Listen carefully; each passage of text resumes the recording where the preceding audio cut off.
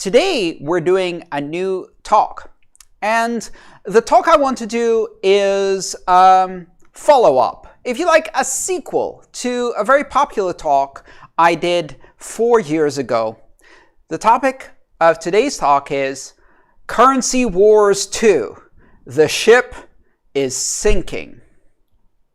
Now, for those of you who know, I did a talk 4 years ago called The Currency Wars, and it was about national currencies fighting each other in a zero-sum game and the role that Bitcoin plays in that environment. I made a prediction that they would blame us for the mess of traditional currencies, and today we're going to look at how things have changed since then and how things have not changed. First of all, the direction hasn't changed. But a lot of things have changed. A lot of new developments have happened, as well as things have gotten a lot worse. We're going to talk about all of the noise that is being generated around the topic of Bitcoin and cryptocurrencies and blockchains and central bank digital currencies and corporate currencies. We're going to talk about how those new elements play into the overall picture. And we're also going to talk about what you need to know and what you need to do to live in this new environment. The ship is sinking. Now, let's take that metaphor a bit further. You've probably heard me say in the past that Bitcoin acts like a lifeboat and that national currencies are a bit like a cruise ship. Lots of volume, not very volatile, very stable, except for the fact that they're sinking. And we'll take that metaphor a bit further today and talk about how the currency wars environment has developed and how this concept of a sinking ship and a lifeboat exit play into our new environment. All right, so let's start with all of the noise. When I gave my talk 4 years ago about currency wars, very, very few people had even heard of Bitcoin. That was 2 bubbles before. And the mainstream conversation about Bitcoin was still very much one of weirdness. People didn't know what to make of this thing and couldn't quite figure out why everyone was interested. Of course, now a lot more people have heard of Bitcoin. A lot more people have heard of cryptocurrencies, and yet people don't know what to do with this thing. They don't know what it means. They think it's kind of weird, and they don't understand why anyone would be interested in it. But unlike before, when we were being ignored, now there's a ton of noise coming from government. Think of yourself as being on one of these big ships of national currency, and you're noticing a lot of people congregating around the lifeboats. In fact, there are some lines forming. Some people are shouting, and suddenly, over the megaphone comes the announcement. Ladies and gentlemen, this is your captain central banker speaking. Please return to your cabins. The ship is not sinking. Please do not panic. We have everything under control. This ship has been sailing for years without any problems whatsoever. The ship is not sinking. Rumors from the lower decks of rising water are just that. Things seem pretty dry up here. After all, a 2% angle of the decks is not only normal, it's necessary for growth and forward movement. Shipbuilders who are experts in this space have told us that in order for a ship to move forward, its deck must be inclined at 2%. That is perfectly normal, and sometimes the angle increases even further. Ironically, you're hearing the same kinds of messages from other ships too, because they're all sinking. The captain of the Indian ship is saying, hey, a 25% deck angle is perfectly normal. The captain of the Venezuelan ship is saying a 98% angle is perfectly normal. But the noise isn't mostly about the sinking ship. In fact, what they really want you to focus on is not the sinking ship. Instead, they want all of your attention focused on how deficient the lifeboats are. Listen, this is your captain speaking. Lifeboats are dangerous. Only pirates use small boats. Lifeboats are unstable, untested, and we don't think they're backed by anything. Just because they're currently being held up by speculative cranes doesn't mean they'll float if you drop them into the water. This ship is by far the most stable thing you can be on. Not only that, of course, but lifeboats have no crew. They have no captain. It's anarchy in the lifeboats. Why would you put your lives in the hands of complete strangers cast adrift on the sea? Why not stay right here? Even if you think we're sinking, it seems perfectly dry. And that's the noise. And the noise is getting louder and louder and louder. They're trying everything possible to discourage people from heading for the exits, to discourage people from jumping in the lifeboats, and most importantly, to discourage people from talking about the plain and simple fact that all of the fiat currency ships are sinking. If they want to distract you about this ship, they point at the other ship and say, look, our decks are higher than theirs. That means we're winning. But that doesn't really matter if you're in one of the lower decks that's underwater, because you're not winning no matter what is happening above you. The noise is intended to distract you from these simple facts, and yet more and more people are heading for the lifeboats. Now, here's the thing. A lot of the people who are heading for the lifeboats have no idea what's going on. Some of them think there's a party. Some of them think this is just a drill. Some of them think this is a fun activity planned by the captain. It doesn't matter. They're at least heading in the right direction, and they're at least figuring out where the lifeboats are and how to find them. Even if they're not on board yet, even if they have no idea why they're heading in that direction, even if they haven't yet admitted or accepted or believed that the ship is sinking, at least they can see that there's some kind of weird activity happening on the lifeboats. I hope you're enjoying this metaphor, and of course I'm going to stretch it to the point where it becomes completely ridiculous.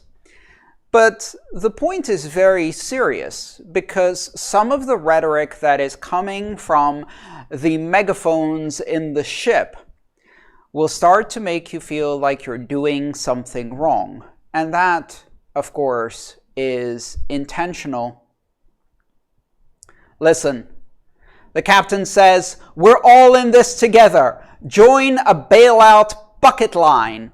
Pick up a bucket and help us bail out. Do your duty. Stick with us. Those who head for the lifeboats are not helping us bail out. Those who head for the lifeboats are the traitors. They're pirates, most likely. Criminals.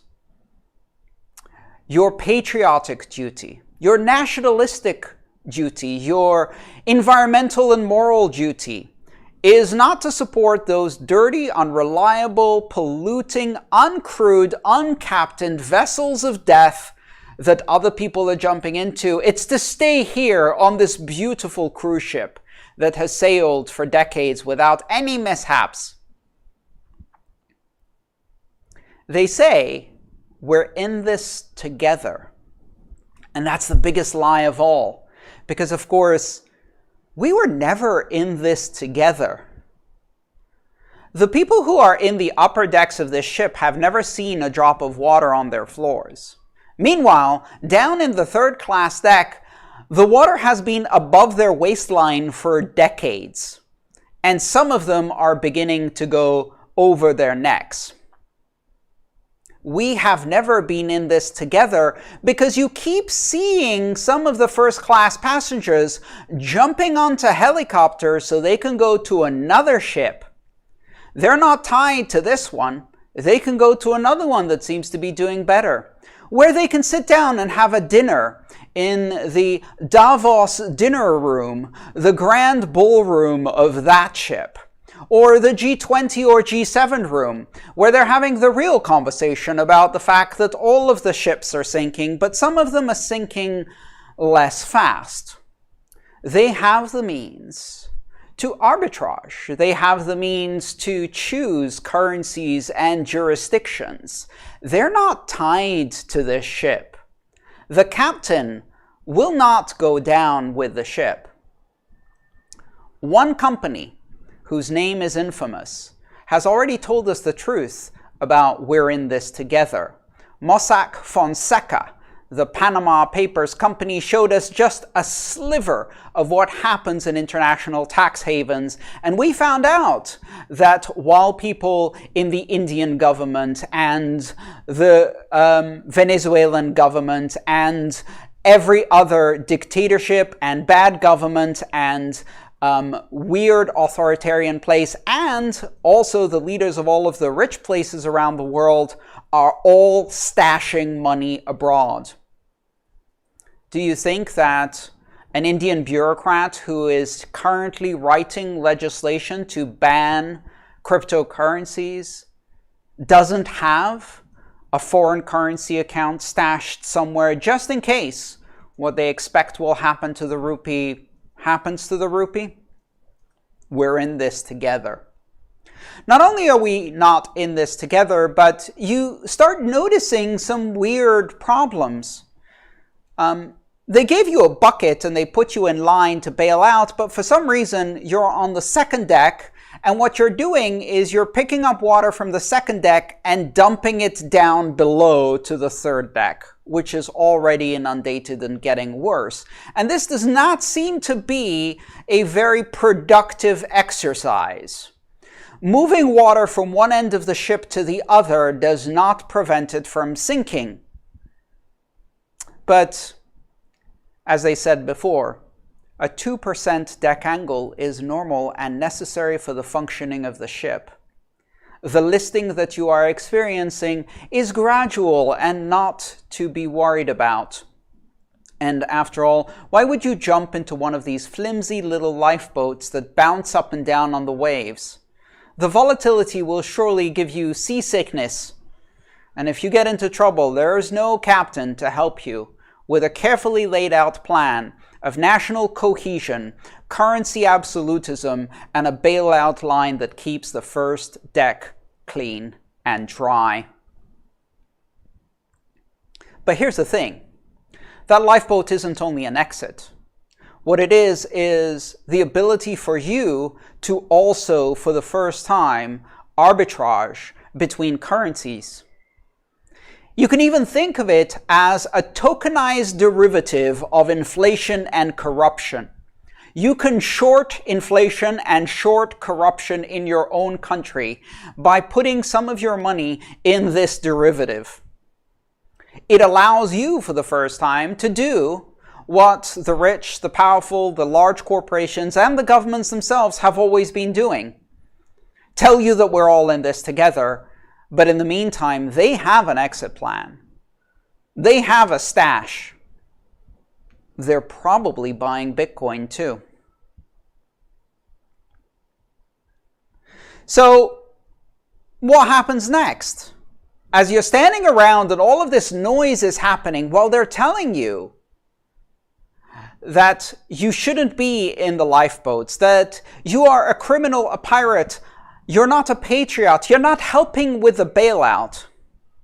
In fact, part of the reason the ship is sinking is because you are not in one of the lower decks using your flotation device to keep the ship upright.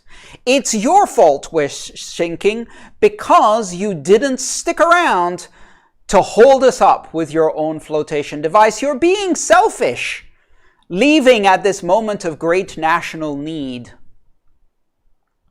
Hang on a second. Who's that standing by the lifeboat? Is that Elon Musk? Is that one of the richest people on Earth? Why is he wearing a life jacket? Now, you might think this is a great endorsement of lifeboat technology.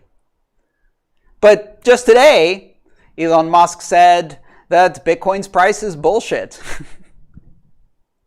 This isn't an endorsement of lifeboat technology. Elon Musk putting on a life jacket that represents 0.2% of his total wealth, or somebody else in that class putting on a life jacket, milling around the lifeboats, maybe having a couple of toes inside the lifeboat. This is hedging. This is a just-in-case move. This is, the helicopters are getting rather crowded, and I've noticed that many of the other ships we land on are also sinking. Maybe we can't stay dry. When the economy that has worked only for these people is sinking, the people in the lower class decks are like, well, what's new? We've been wet down here for decades. It's not surprising that those people would head for the lifeboats. It's not surprising that those people would grow up being told a generational tale of earn pesos, save dollars. Hold rupees for shopping, buy gold for dowries. That generational tale is a tale of the emergency escape routes on this ship because you've been up to your ankles in water from the day you were born. What's surprising is that the first class passengers, for whom this ship has always been dry, for whom this economy has always worked, are beginning to think to themselves, things are getting moist up here.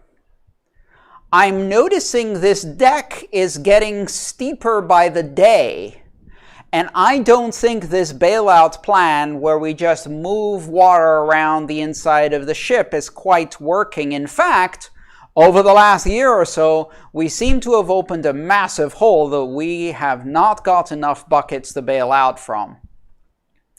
So I'm still going to have a cabin on one of the other ships. I'm still going to have a couple of private helicopters ready to whisk me away. But I'm also going to study the location of the lifeboats, just in case. Just in case. Because this ship might be sinking. The rich of the world beginning to approach the lifeboats is not an endorsement of lifeboat technology. What it is an absolute denunciation of the fiat stability fallacy.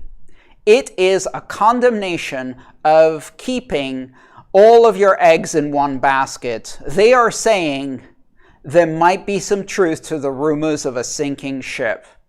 And I'm going to have every opportunity to get off, including lifeboats. I don't trust them. They look flimsy. I keep hearing that they're not well built and they have no crew, but most importantly, when the ship sinks, anything that floats is by definition a lifeboat. It doesn't have to be great. It doesn't even have to be good. Frankly, when the ship has sunk, you will try to crowd two people on a single door and discover that one of them has to drown because there's not enough room on the door for more than one person. But whether you think lifeboats are the best option or not, you should be studying your evacuation plan, because even the people for whom this ship has always worked, who have always had an exit, are now eyeing your lifeboat and making a plan B. It seems like all of the noise isn't working anymore. It seems like repeated announcements over the megaphones that lifeboats cannot be trusted, that only pirates use lifeboats, that lifeboats cause far too much pollution, and if you were to replace all of the cruise ships in the world with lifeboats, that would cause global warming. It appears that the idea of uncrewed, uncaptained anarchy in the seas is not appealing. None of these ideas are actually working anymore. All of this noise is being ignored. More and more people are thinking, hey, those lifeboats are looking pretty good. The people there seem to be having fun. Some of them are doing really, really well and staying very, very dry. But even if they're not, I'm going to maybe take a chance. So now what? What can the captain do? What can the captain do to distract from this exit to the lifeboats? Emergency meeting, first officers, chief engineers, and captain in the bridge, please. All right, gentlemen and lady, it is time we have another plan. We have been announcing the insufficiency of lifeboats for years now, but as you can see, people are not returning to their cabins. So I have a new plan. Operation Cruise Ship Lifeboat. We are going to call this a Central Bank Digital Currency. The people have spoken. They want lifeboats. I shall make the announcement immediately. Ladies and gentlemen, this is your captain speaking. Due to increased interest in lifeboats, we are now starting a conversion program. As you can see around you, work units have started painting the cruise ship orange. I repeat, the cruise ship is now being painted orange. By painting the cruise ship orange, we achieve all of the benefits of lifeboats, only with the stability of a crew and captain. Without the volatility of waves, because we only have a 3% angle of deck, 9% angle of deck, which is perfectly normal. This new lifeboat has fantastic features for security too, to prevent pirates from boarding us now that those terrible ships over there are sinking and some of their passengers have escaped in pirate lifeboats, as you can see. We are welding all of the deck doors shut.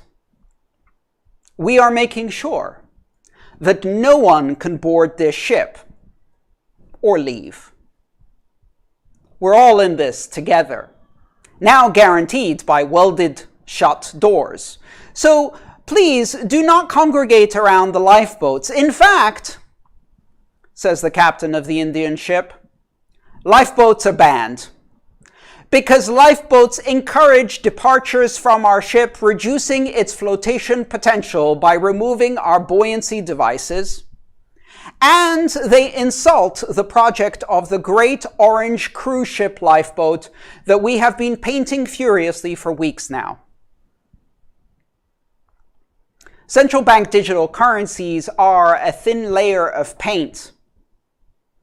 They manage to completely fail to understand the fundamental principle of the lifeboat, which is that even if some of them don't work or don't float, if you have 40 of them and you launch them, even if they don't have crews, even if they don't have a captain, even if they're not perfect, even if their engines don't work, they still float better than a sinking ship. And at least some people are going to survive on those. A centralized, large ship that's painted orange is not a lifeboat. There's a reason why every cruise ship doesn't just drag a second standby cruise ship painted orange behind it, just in case there's a problem so that everyone can simply switch ships. There's a reason why you have lots and lots and lots of little lifeboats. They're not as luxurious, they're not as well managed, but they're decentralized and they have a greater chance of surviving. They're going to paint it orange and a lot of your fellow passengers are going to go, there we go, look at this, we all have a lifeboat now, and it's spacious, and it has a swimming pool both on the top deck and most of the third deck in the bottom that's full of water. The ballroom is fantastic, and the food, it's so-and-so, but hey, at least there's a buffet that's for unlimited eating. And they will stay on that ship. In fact, some of your fellow passengers might even be persuaded to go onto the shiny Facebook catamaran of Libra or Diem or whatever the hell they're calling it now. That one looks even more stable and less sinky. It's also painted orange, which tells you that, of course, it is a lifeboat. Pay no attention to the oars sticking out the side, the fact that you can hear a drum beat from below decks, and the sound of whips. You are certainly not going to be the slaves in the bowels of that ship. You are not going to be the propulsion system of that ship. Those are just rumors. But don't forget, lifeboats are fundamentally unsafe and only used by pirates. So what happens with all of this noise? What do you do with all of this? Governments are getting desperate. Some of them are getting aggressive. Some of them are chopping up the lifeboats to use them for firewood to feed the boiler.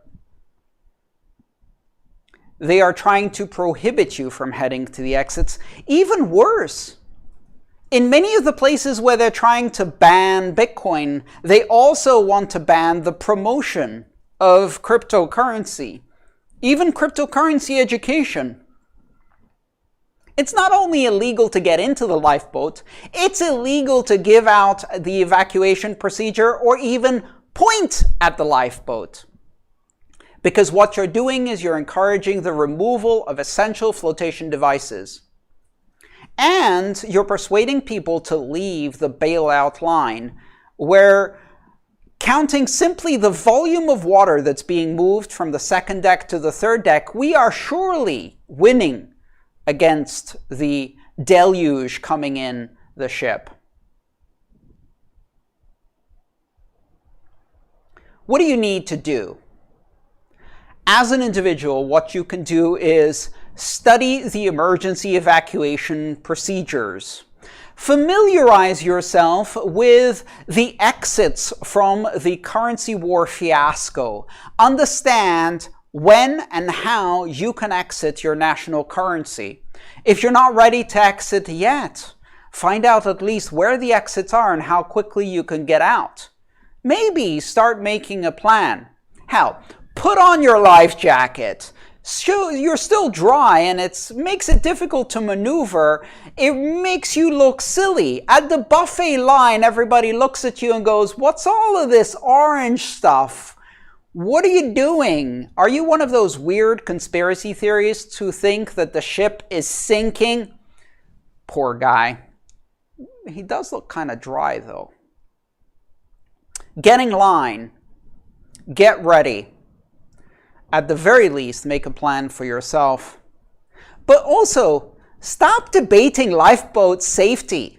When some idiot out there says, based on the number of lifeboats and passengers, the overall pollution from launching all of the lifeboats on all of the ships everywhere around the world simultaneously and trying to put 7.5 billion people on them will cause a big oil slick, don't answer.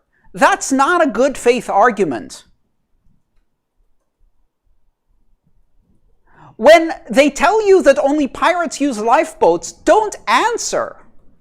When they give all of this propaganda about how the Bitcoin lifeboat is unsafe, don't answer. Stop answering this noise. Stop feeding the distraction. Stop listening. You make your plan. And, let them keep going, because many of us can already see through the ruse. The whole point of this is to distract you from the very, very clear fact that all of the ships are sinking, and in the last year or so, they all started taking on 100 times more water than before, and there is no way you're going to keep them afloat. Whether the lifeboat is great or not, we are about to reach a point where anything that floats becomes equivalent to a lifeboat. And sure, the lifeboat might not be as much fun as the top deck of this cruise ship, but most of you haven't been living there anyway, and even if you had, that part's going to be underwater too. And then teach others. Teach others about the emergency evacuation procedure. Teach them about the exits. Teach them how to get into a lifeboat and how to put on a life jacket. Many of them won't listen. Many of them won't learn. Many of them will look around and see that the cruise ship is painted orange and say, I guess we don't need it anymore. That's okay. And most importantly, more importantly than anything else, remove your consent. Stop dropping buckets of water into the lower decks in order to bail out the top decks. Not only are you not doing your patriotic duty and helping, not only are you not helping the people in the ship, not only are you not stopping the ship from sinking, you are actively endorsing the strategy of denial and bailouts. You are actively also inundating the people at the bottom and drowning them because you are participating in this charade. Walk away.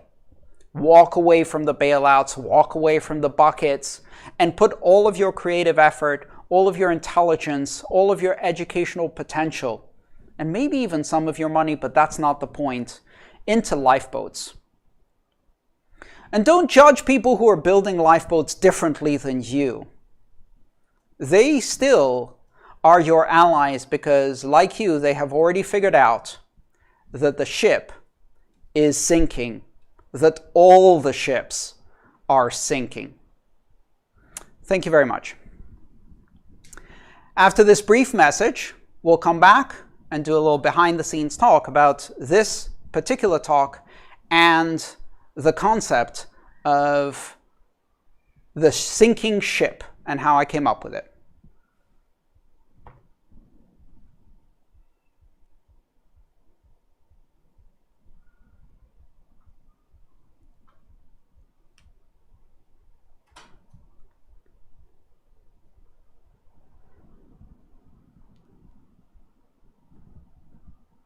Hi, I'm Andreas Antonopoulos. If you enjoyed that video, consider that it takes a lot of work to produce open and free content that can be shared with everyone around the world. This isn't sponsored by some company, it's not promoting a product or an altcoin or some kind of investment scheme. My goal is simply to help explain the technology of Bitcoin and open blockchains to as many people as possible in a neutral way that focuses really on the incredible possibilities that this technology brings us. If you'd like to support that mission, subscribe to my channel and go on patreon.com/aantonop, where you can participate and help me build better content for more people. Thank you. All right, I hope you enjoyed that talk, and if you did, please do help support my educational message. You can do that by becoming a member here on YouTube or by joining me as a community builder on Patreon. And thank you to all of those who make it possible for me to do neutral, unbiased, ad-free, and free education about this so important topic. Now, you probably heard that this is an unscripted talk. Well, there is no script to this talk. It's mostly improvisation on the spot. I do have some notes though. There were 5 main topics that I wanted to cover and the conclusions that went with those topics. And those were on these 2 index cards. That's the extent of it. That's how these talks are delivered. I've been playing with this idea now for 4 days. I thought about it 4 days ago and started working on a broad outline. Nailed down the main points I wanted to talk about and wrote them on these index cards. And in order to be able to do that, I have to rely on my production crew, my staff, and all of the people who help me, the moderators in the chat, and everybody else who makes it possible for me to do quality educational videos and deliver to them deliver them to you every week on various topics. Now, next Sunday, we have an open topic monthly live stream Q&A. I'd like to thank all 1,400 people who joined me for today's talk. We are going to be releasing this video immediately after, and you can watch it again if you want. And I hope this is one of the talks that will make it into one of my upcoming books, the Internet of Money series books that are basically collections of talks like this. Happy birthday, Karen. And if you enjoyed this talk, don't forget to subscribe to my YouTube channel and turn on notifications so you can be notified of upcoming events. In addition to the open topic monthly live stream Q&A that we have coming up next Sunday, where you can ask questions in our Slido, Patreon and YouTube members get advance access to that to ask their questions. And you can also vote up the questions you want to see answered. That happens once a month, and it produces a ton of great questions and hopefully some good answers for me. Not much planning, lots of improvisation in that particular style. Coming up next, after the monthly open topic live stream, we have some additional live stream Q&As where we cover a number of other topics. If I remember correctly, in March we have DeFi as one of the topics we're going to talk about. So if that's of interest to you, again, subscribe and turn on notifications. All right, I think that's everything I had. There are 6 new YouTube members right now. Thank you so much. Appreciate it. Thank you for joining. I hope you really enjoyed this, and I hope you will share it with others who need to hear this important message.